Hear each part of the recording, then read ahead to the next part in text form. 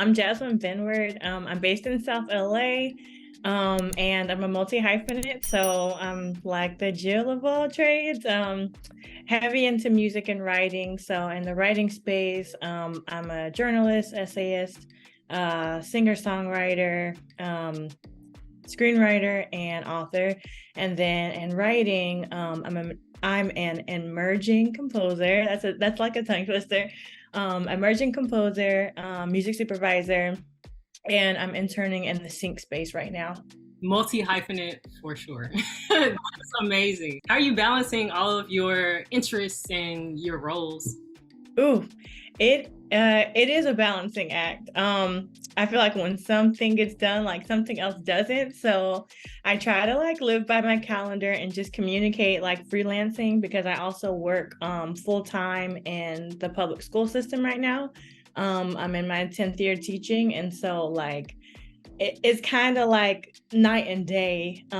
My life, it's like in the daytime I'm teaching, and then in the nighttime it's like going to like film premieres, or like doing a rap party, or like just all the things creative. So it's definitely tricky, but I try to stick to my calendar, write down things in multiple spaces, because I'm also neurodivergent, so that adds on a whole nother layer of my executive functioning and organization. But it keeps me busy and it makes it fun. I have to be like stimulated. So this like doing multiple things and project managing has become like a gift and a strength, but I've like developed it over time. I want to clarify. Are you originally from Los Angeles? No, I'm not a native. So whenever I tell this story, I like pause first. Okay, so I was born in the Dallas-Fort Worth area, stayed there until I was 5. And then my family and I relocated to Atlanta, Georgia, where I was raised, and spent the bulk of my life there. I spent like tiny spurts, like 2 years in Charlotte.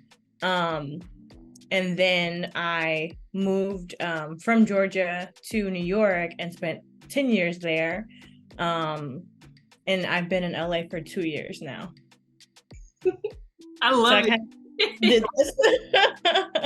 That is awesome. So you're a southern like pop as well, yeah. Yes. I'm also from the South, and the thing that you said you taught for you've been teaching for 10 years. Mm-hmm. That is, when did you begin? Oh, in like the end of 2013. Was that your, like, did you go to school for education, or?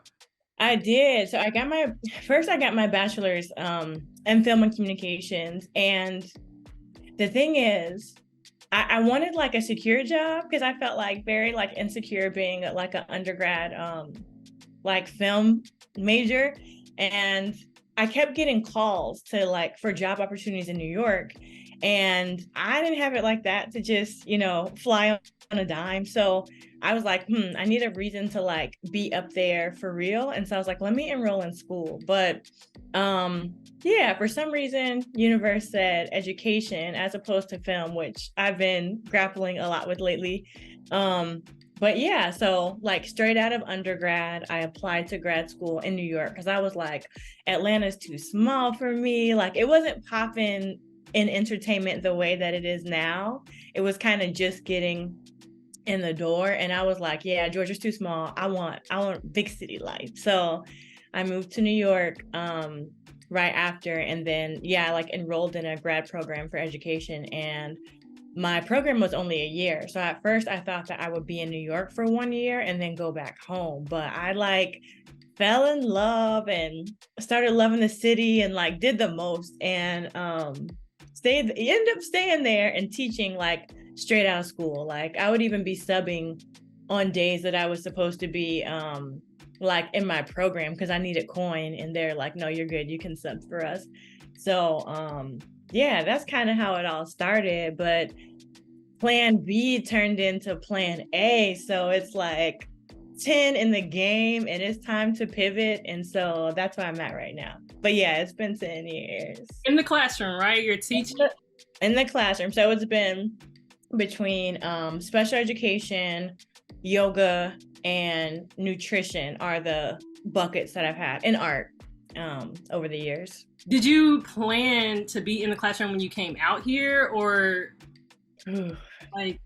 Like, yes and no. It's kind of like one foot in the door and one foot out. Like, I needed the resource. Like, okay, so I'm gonna just go back just a second. Back to New York, right?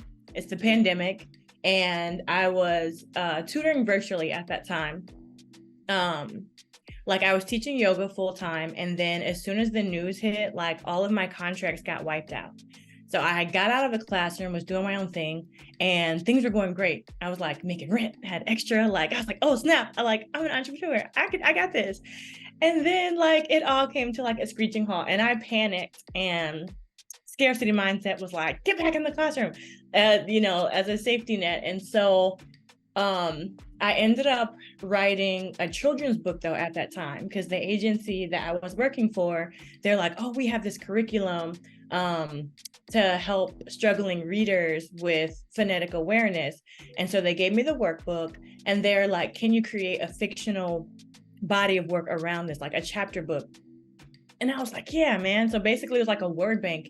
And I ended up coming up with this like sci-fi joint about like this magic book in the attic and adventures that these friends would go on. And so yeah, the editor was like, no, you got something here. She's like, you're really good, and I don't like tell people that. Like, she was really like stickler. And like I've always been writing, and so I was like, oh, for real? And so I was like, okay. And I would be taking classes, like workshops and stuff, with like Black Film Space and other organizations, trying to get back into that film world. And every time everybody would say, if you want to be a writer, the writers are in LA.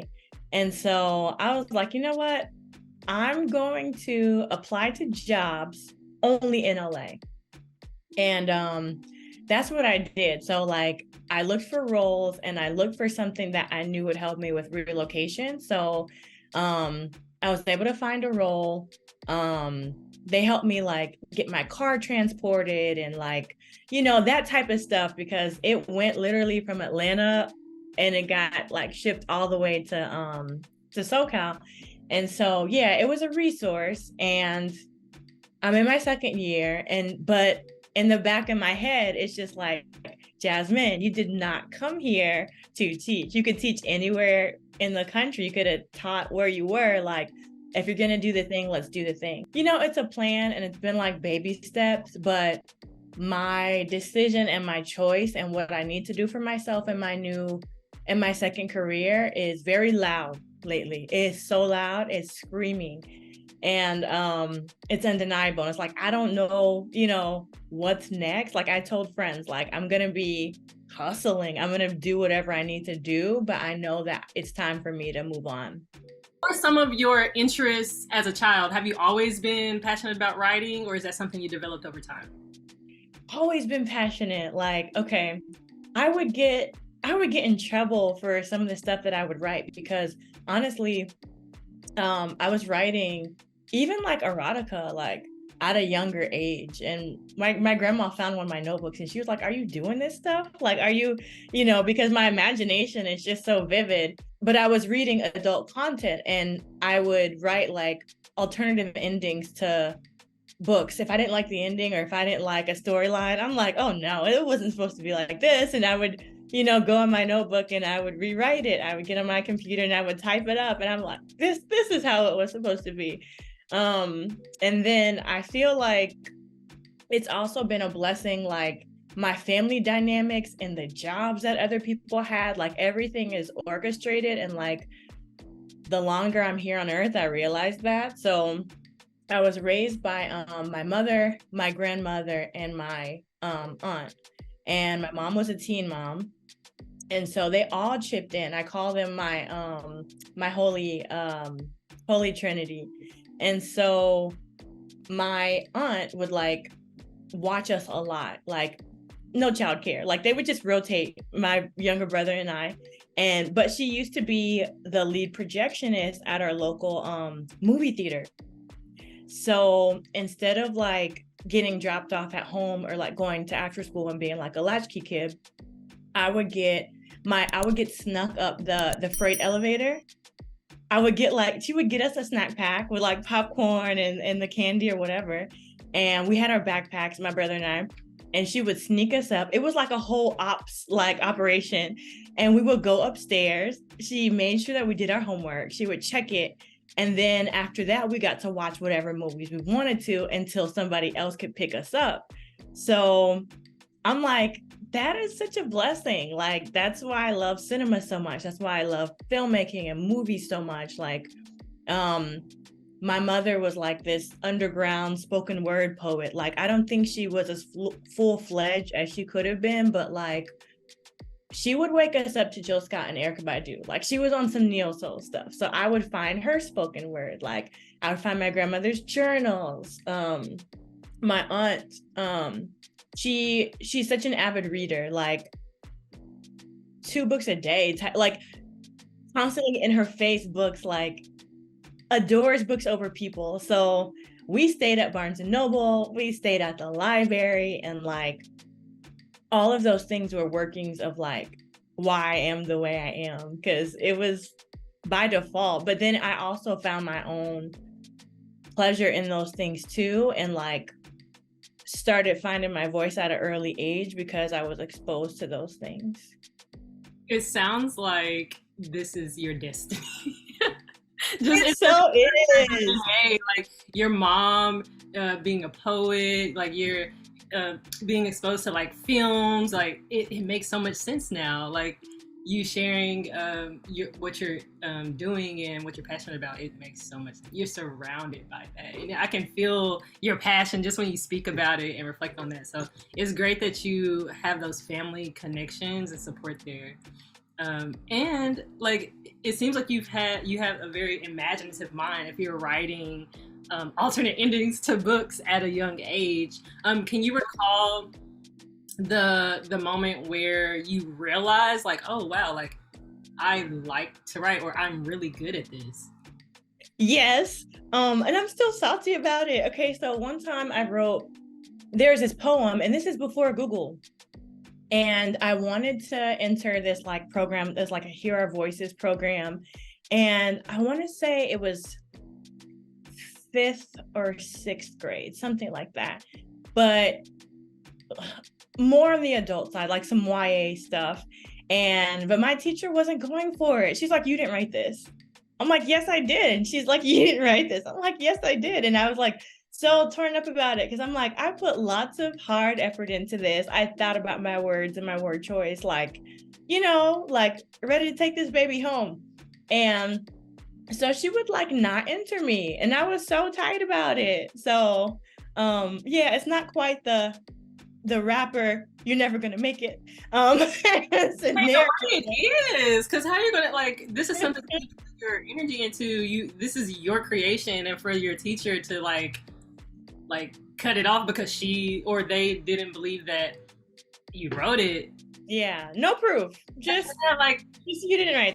I feel like that's equivalent to that you want. It made you feel a way about it. How did you push through from that moment? Were you self-conscious moving forward, or were you like, oh, I have a point to prove? Like, yeah, it's more like, oh, I got a point to prove. I'm like, oh, you're a whole hater. You hated it, like, and I was like, oh, then it clicked. I'm like, if someone thinks that I would not forge, but like whatever the word, I can't think of the word right now, but like falsify a whole poem, like, then it must be some kind of good. So yeah, from then on I would just like keep making stuff. But then around that time, like in middle school, electives started becoming a thing. So and then it was like, yeah, I was the chorus girl.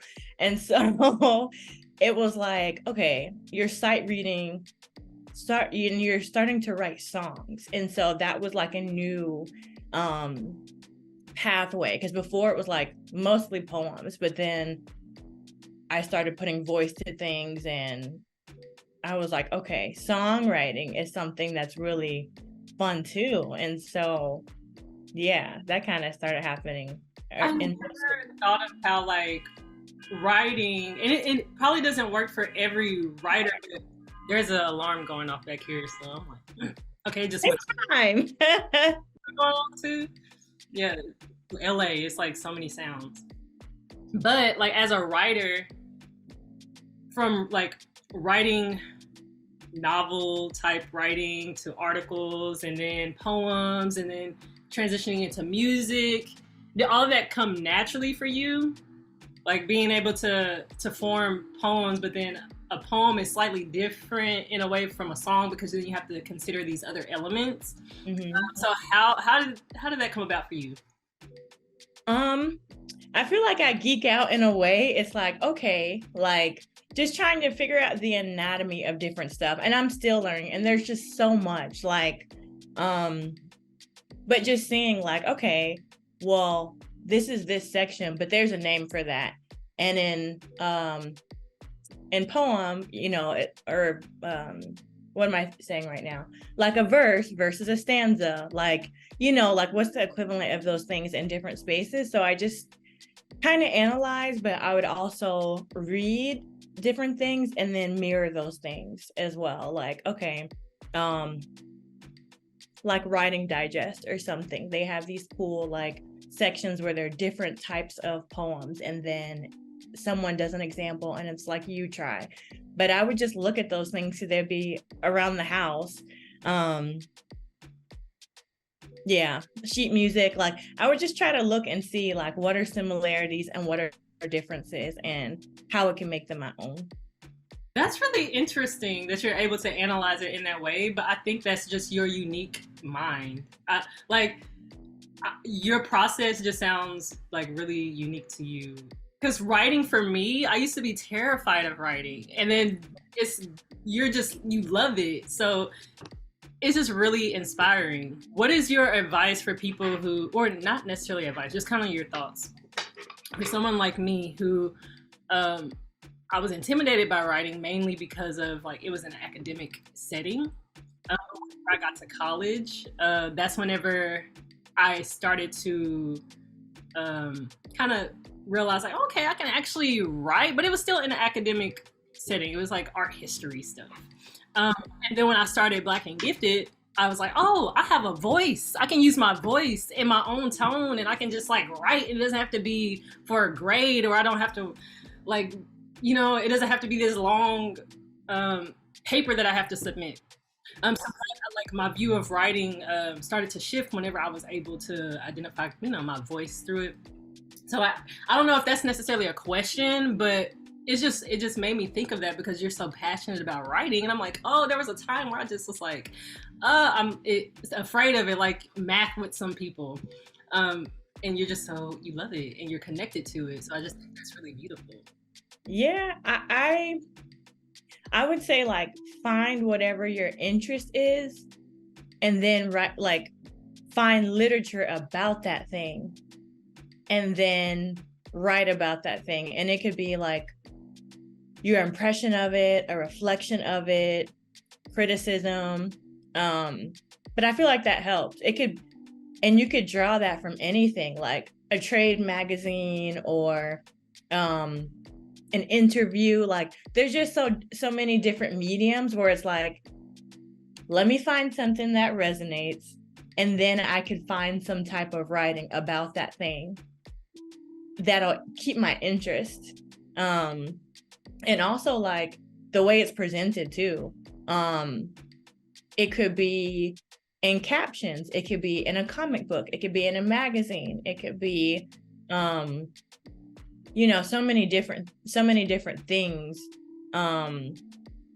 where, you know, it's not just a traditional book either, you know, to kind of get people's interest, because it's a real thing. But yeah, math is not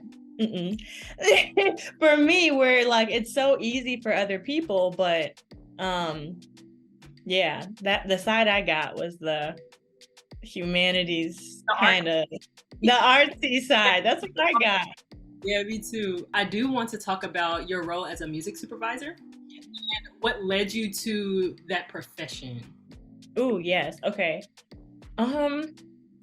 It's been a lot of things. It's been a lot of things. Some like critical times, I feel like I sat in on a workshop with the Los Angeles Public Library, honestly. They had a workshop about music supervision.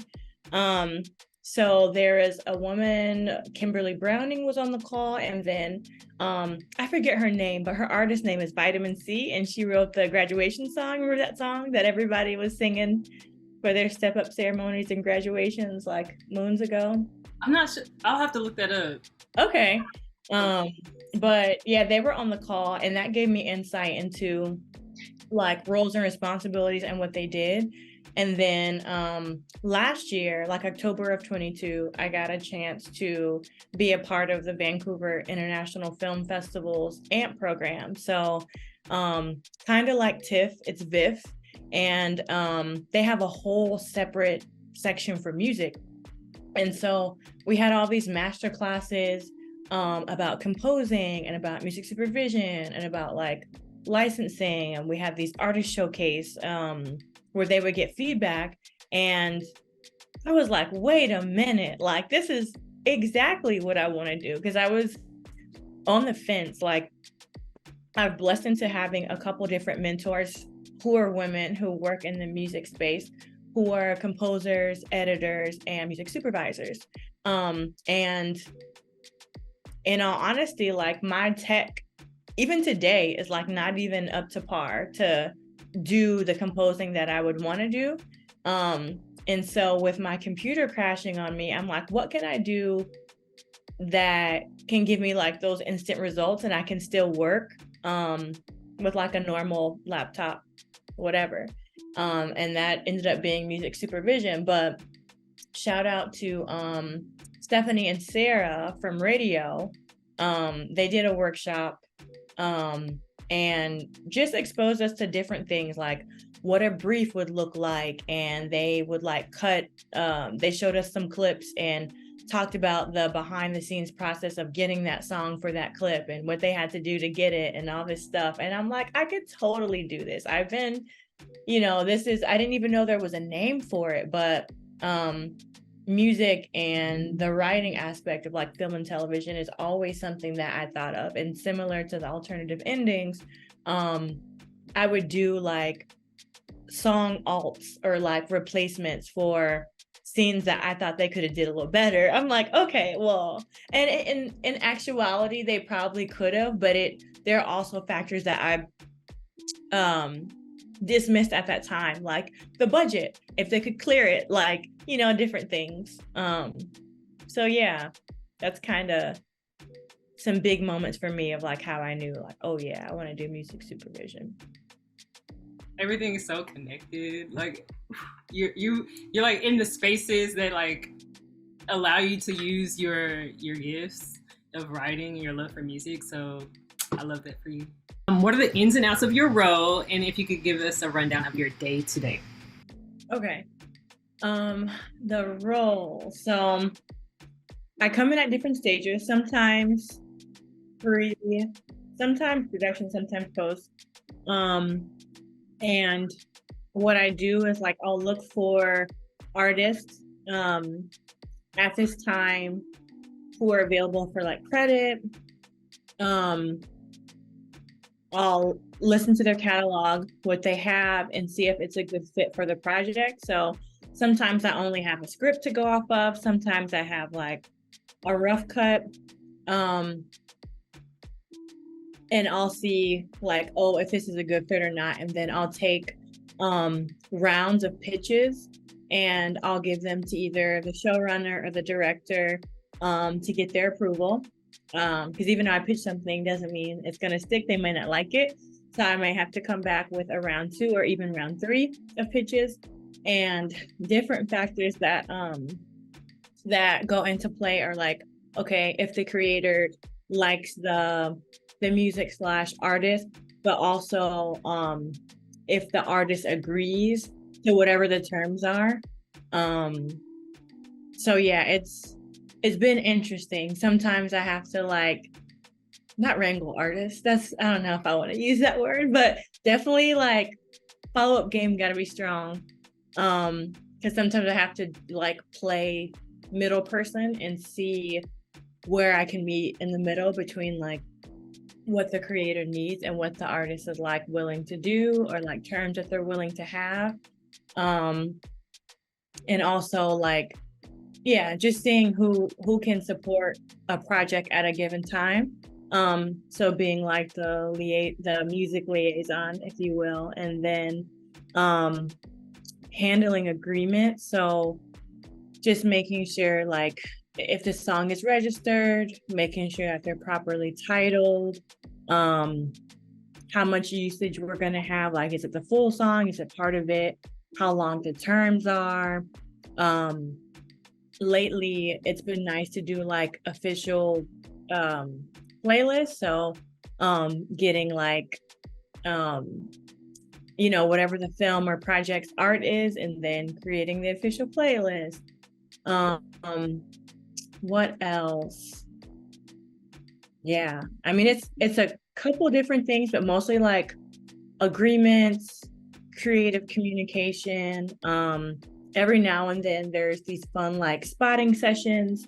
One of the directors, I've worked on 2 of her projects, she's allowed me to sit in with the composer and us talk about the score too, like as a music department. So that's been nice, especially considering like all the projects that I've worked on so far have been like micro and indie level.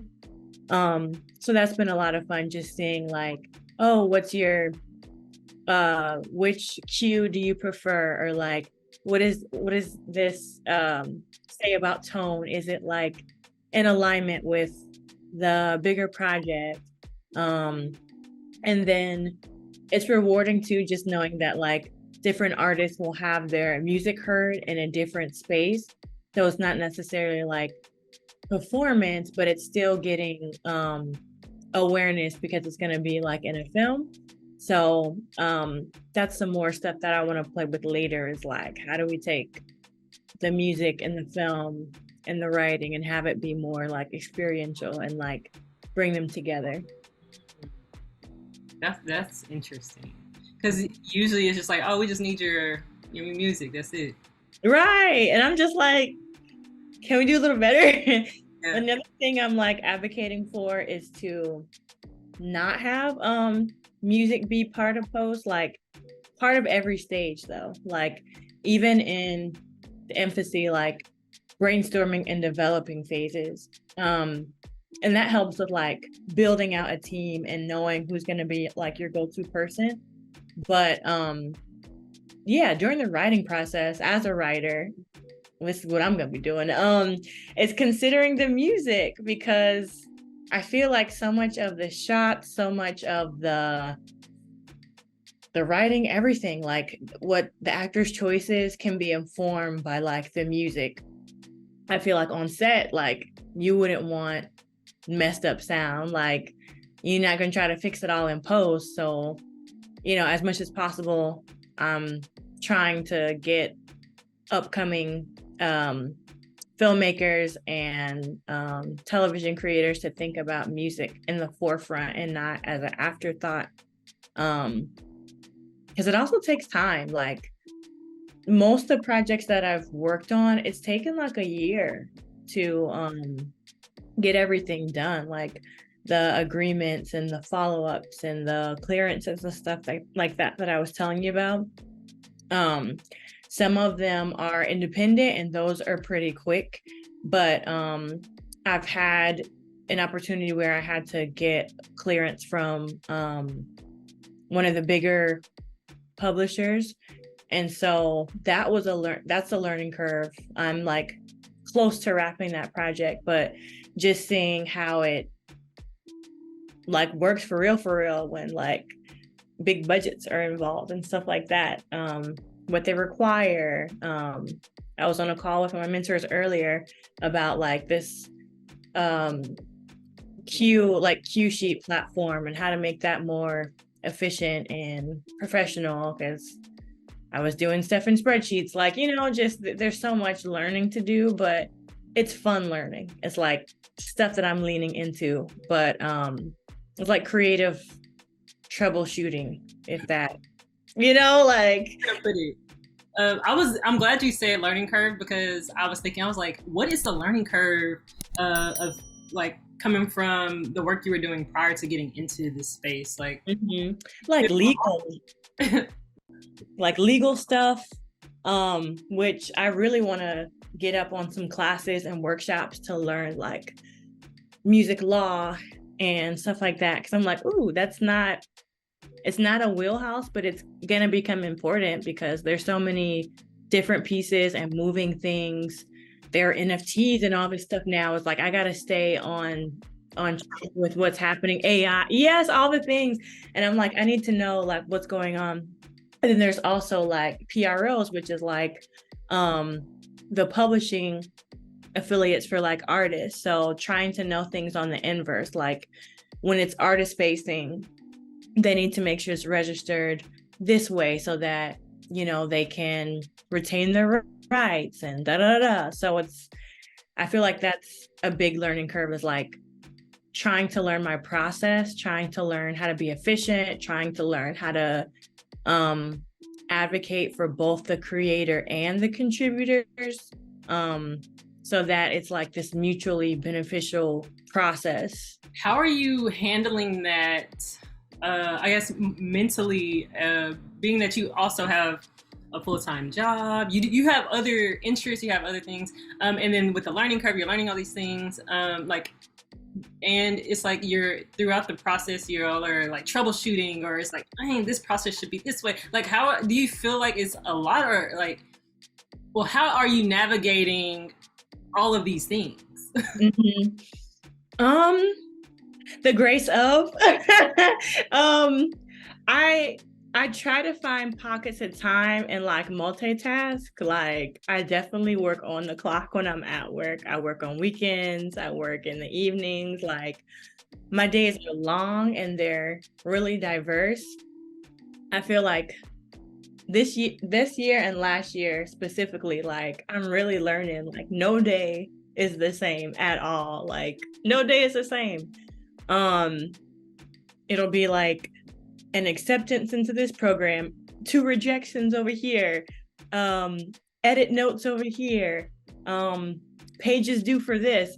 And I'm just like, okay, like I'll be in my planner, in my calendar, trying to make sure and just trying to prioritize. Like, okay, what can I get away with putting on the back burner? It's like, it's cooking, it's like what needs to come off, what's in the oven, like what can be on the stovetop, like what can be in the crock pot and just sit by itself and like, it'll be all good. And yeah, I've been trying to work on boundaries too and saying no. Like I feel like I've gotten a good amount of like indie projects, right? Enough to say like, oh, I've got a portfolio, or oh, these are the things that I can do. And now I'm like, okay, we need bigger budgets and we're gonna need some notoriety, and like these are my systems, and this is the like pre and post conversation I'm gonna have. This is like the pre-paperwork for me and the post. Like I've been thinking of certain things that I haven't been utilizing that are really important, just making sure that like any credits in any way possible are like given. And also there's another like credits, something else that I'm missing. Oh, and also like simple things like putting in my contracts that, I don't know, net 15 or something like that. Can you go to my LinkedIn and endorse X, Y, and Z things that I've done on your project? Like just making it all make sense so that I'm not having to, I'm always going to have to hustle, but like, so that it's in the right direction of like things that are going to serve me and help me for like the next thing, to like keep it going. Nice. Well, what are some of the projects that you've worked on that you've enjoyed the most, that you've learned a lot from, that you can share? Yeah, I can speak I mean, I can pretty much speak on all of them. So there's As Above, So Below, which is about sex magic. And I actually have some pieces that are composed that are going to be in the film as well. It's really exciting. I try to do things that like relate to me. One exciting thing is that all the collaborators I've worked with so far have been Black women, which is like super dope. And one that has been really challenging and really fun is a period piece. So this director, Chandra Evans, shout out to her.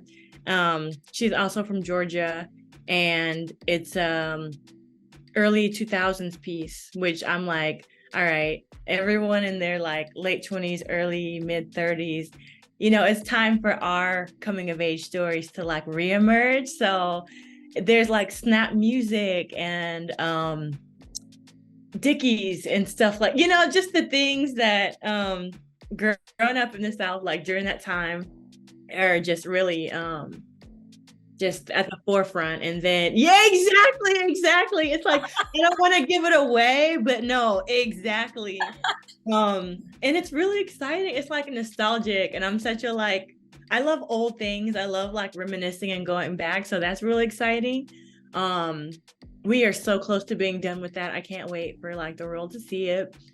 And another like full circle moment that came on that project is I reached out to my now mentor over a year ago, but we actually work on that same project. So like she's the composer for that project and I'm the music supervisor, and I'm like, look at God, like this is awesome.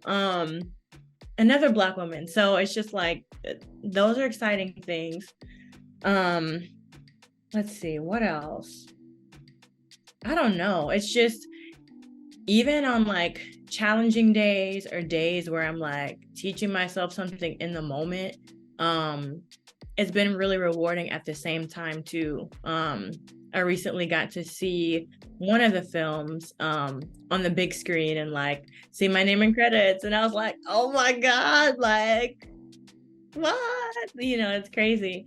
So yeah, it was like a small, like private you know, screening, but it still meant something. I'm just like, okay, I was just watching the credits, like manifesting more. I'm like, oh, we're just starting. Like there's gonna be so much more of this.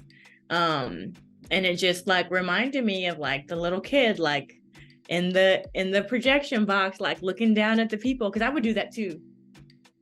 I would look at their reactions. I would see if they were laughing. I would just like pry on them, like on some voyeur stuff. Full circle. Look at that. Yes. So it's like alchemy and like magic. Like, oh yeah, this is, you know, everything has happened for a reason, so that you can get to like these little nuggets, and then there's more where that came from. I'm trying to figure out which direction I want to go, because you mentioned Black women, and then but then I'm like, okay, do I want to? So that's what we're going to go. Okay, so the music industry as a whole, representation. Even whenever I moved out to LA, trying to like get into the music industry, internships, open, you know, jobs, a lot of people do not, you know, look like us in that space. The people that are running it, the people that get a lot of the opportunities. So it's just like, it's great to hear you say that you have Black mentors who are women in the music world, because like it's hard to come by. Even like going on YouTube and looking at music supervisors, it took me forever to find Black music supervisors, and I gratefully did, but why did it take so long? Yeah. If you could share just your experience and your take on representation in sync or the music industry. I won't just put it in sync. For sure. I think the last time I checked, because I'm actually writing a pilot about it, about the world, because I'm like, no one's told this story, so I'm going to do it. I want to say that 8% of like music supervisors are Black, and then like 2 or something like that are Black women. Like it's insanely disproportionate. Like, so when I find people of color, Black women in the sync music space period, I reach out to them, I cling to them. I don't tell them, but I almost tell them, like, you're like, you're not getting rid of me, because I need to learn from you. Like, who else am I gonna go to? It's sad, it's weird to me. Music is universal, I will say that. I listen to all types of music. I love all types of music. I love all types of people. But I think that's really strange that you have such a large body of folk who are representing the sonic world of worlds that they wouldn't find themselves in naturally. Like, if you wouldn't hang out in Inglewood past a certain hour, if you don't find yourself on the South Side, like, it's just, I don't know. I think a better job could be done without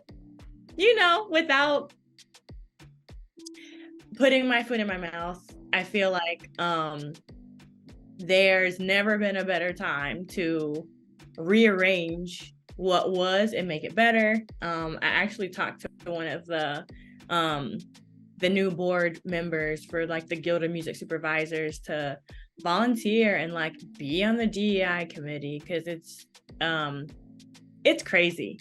Like, even the nominations for like urban Black shows that are like made from people of color, like, may or may not get the nomination, and then you may be nominated in multiple categories, still no wins. I'm just like, come on. And these are like deserving programs. So yeah, I have tried to figure out, like, what is my, like, I know who I am, I know what my anchor is, but I also want to figure out, like, how can I take the things from the classroom, and how can I take my love of like people and community and fostering other people and just move that over to my like artist bucket and make it make sense that way. So in the future, I definitely plan to have like, fellowships of my own, grant opportunities, sponsorships, just like to help the next wave, and also like bring people up as I go up, because it's really important. I know like it needs to change real quick and real fast, because I'm not into it. There's too many untapped talent, and I'm just one person, and I'm still climbing and like digging and like fighting my way through and navigating. But I could only imagine that there's hundreds and thousands of Jasmins that could be doing the same thing just as well, who don't have the opportunity. I wouldn't even know how to even get into it. Like, you said you attended an event that was hosted at the library. So like, even before that, were you familiar with music supervision or? Very little. Like, I knew about the creative part, but I would like look at the credits after shows and movies, and I would start looking at different roles and titles and seeing the names, and I would start Googling and researching and like doing it that way. And then to get in the door, I was like cold emailing supervisors, spec playlists that I had made of the shows that they were working on or had worked on. Like, okay, great job. But if I was on the project, I would have these artists, or I would have these songs or whatever.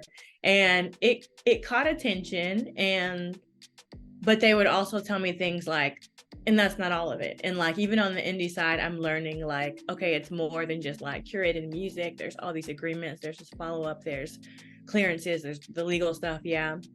But the creative part is so easy for me.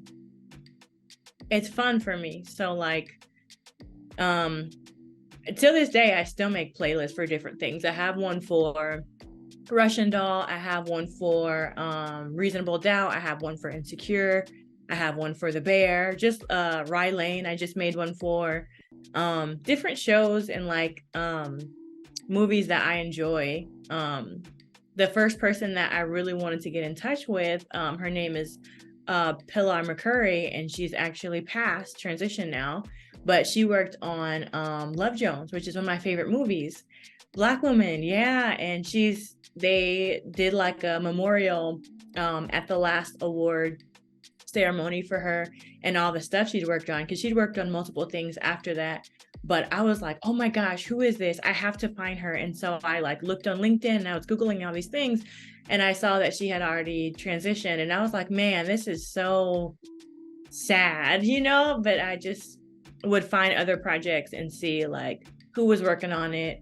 And then started Googling and talking to people, like hopping on Zooms, like, will you please talk to me? Like, I want to learn more. Tell me about it. What are like hard and soft skills I need to have? What are maybe some courses or books that I could take or read or whatever, to try to just immerse myself and like educate myself, because I want to, you know, put myself in a position to be a support and not like in the way, you know?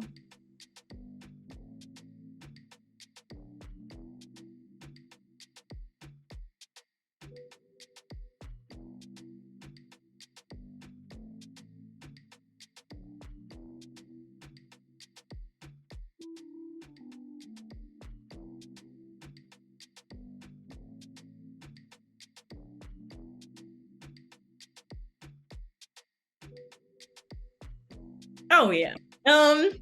Okay, so with the first like big clear, this is a 2000s clear. So I had to go to one of the big publishers, and I'm being the liaison, halfway knowing what I'm doing. And so luckily I caught this mistake, but one of my very first things that I learned is that there are two sides to getting a song cleared. So there's the master side and there's the publishing side. So they gave me a rate, and I was like, okay, bet. I'm going to the director and I'm gonna tell them what the rate is. That's only for one side of it. So it's double. Yes, it's per side. And so I caught it, and I, you know, came to the director, woman to woman, and I was like, hey, yeah, you know that rate I gave you is actually going to be double that. And luckily they didn't flinch, and they had the resources and the coin to like pull it off. But learning curve, humbling, just reminded me like, okay, you know, there is so much to learn, but good for you caught it before they tried to cash in and would have been looking crazy or coming up short for me not knowing the difference. So yeah, that's an example that will stay with me. That I was like, oh, okay, let me let her know right now that it's gonna be double what I said. But at least I found out before, you know, she did. I appreciate you sharing those like moments of transparency, because you know, people tend to like look at or hear or read the title of a position and be like, oh my gosh, they know everything. Like they're just like perfect, or like nervous to talk to them. But it's like, I'm human. Like you're learning, you know? So I appreciate those moments of transparency. Yes. And I'm sure that moment for you was just like, never will do that. Well, I'm not gonna do that again. Right. Yep. So what advice do you have for artists who are trying to get into the sync world? I would say get a disco account start learning like any music tech that you can, but disco's really like popular.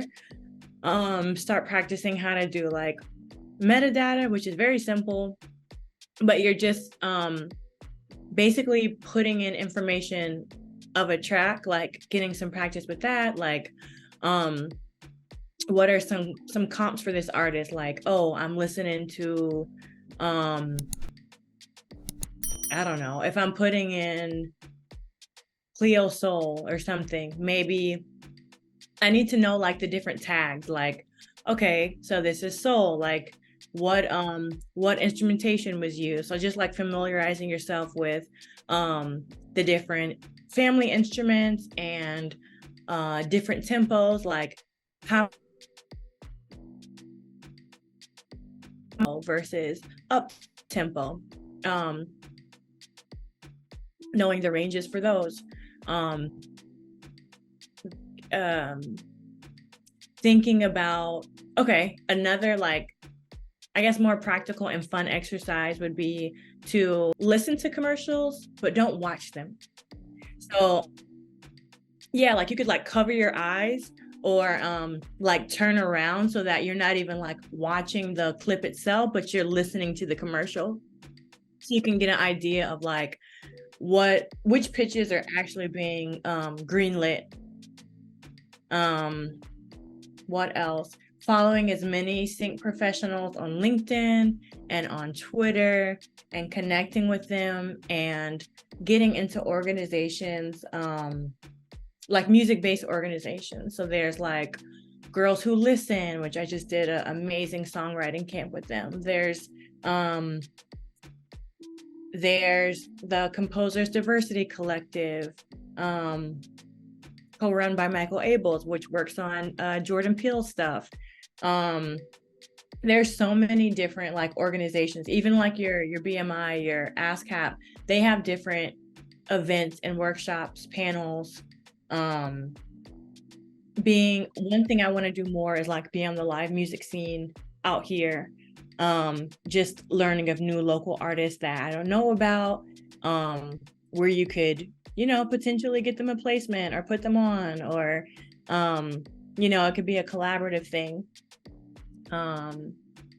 Volunteering, any internships, externships, shadowing opportunities. Those are like my biggest go-tos right now. You've dropped some gems, and I really enjoyed learning about just your creativity, your gifts, and how you fuse that into just who you are, but what you do in all the spaces that you're in. So I love it. I appreciate this conversation. That pretty much sums up all of the questions that I had. It's like the open. Is there anything that we didn't discuss that you would like to add? Any comments?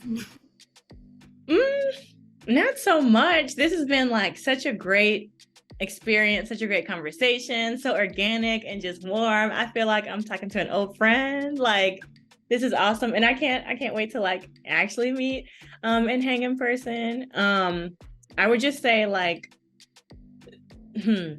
keep knocking on doors for like anyone who's wanting to get in or don't feel like they have a place. If the front door doesn't work, go to the back door, go to the window, climb the roof, like you know, figure out a way to get in. And also like keep following up with people, even with like events and something. Someone told me that it takes like 7 times for you to invite someone to something before they like actually come. So imagine what it's like to try to like reach up to like executives or people who are working above you, and like getting their attention, but also like figure out a way to network warmly and put out any visuals you can. So like, I'm not even on TikTok, but I'm about to get on TikTok. Like, I'm about to step my content game up, just so that I can create different calling cards for myself. Because, yeah, just like I said, as far as like knocking on doors and the roof and stuff, just figure out any avenue to like be seen. And I feel like people don't even see you until you see yourself, until you put yourself out there. have your own business, have your own platform, have your own writers group, have your own music collective, like make whatever the thing is with friends. I know it's so repetitive and it seems played, but it really is that like no one really gives you a chance until you give yourself a chance. Like seriously, no one cares and no one has the time. So like instead of taking it personally or like being bitter about it, just try to create whatever it is you want to do with the best resources that you have, and then try to find people that can advocate for you, bring you on projects, and hopefully have some more resources and coin that can amplify your vision.